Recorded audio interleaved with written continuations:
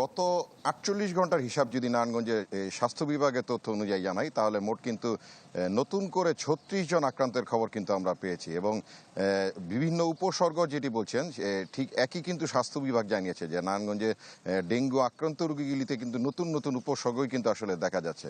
আর নারায়ণগঞ্জের চিকিৎসা ব্যাপার যদি বলি, তাহলে নারায়ণগঞ্জের স্বাস্থ্য বিভাগ বলছে যে আসলে পর্যাপ্ত পরিমাণে যে ডেঙ্গু কিট এটি কিন্তু তাদের কাছে মজুত রয়েছে।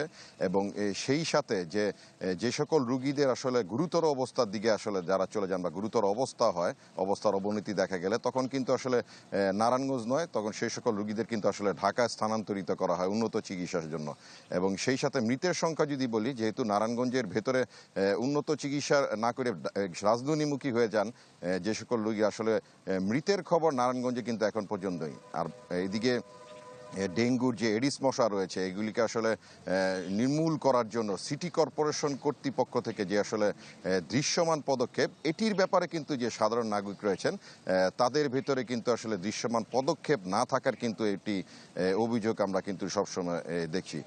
তো সব মিলিয়ে আসলে যে সাধারণ নাগরিক রয়েছেন, ডেঙ্গুর প্রকোপ বাড়াতে কিন্তু আসলে স্বাস্থ্য বিভাগের কাছে আসলে ডেঙ্গু নির্মূলের ব্যাপারে যে কোনো কঠোর পদক্ষেপের ব্যাপারে তারা কিন্তু আসলে দাবি জানিয়েছে। তো এই হচ্ছে নারায়ণগঞ্জ থেকে ডেঙ্গুর সর্বশেষ। ঢালাইয়ে দৃঢ়তা, নির্মাণে নিশ্চয়তা, প্রিমিয়ার সিমেন্ট, ঢালাইয়ের রাজা।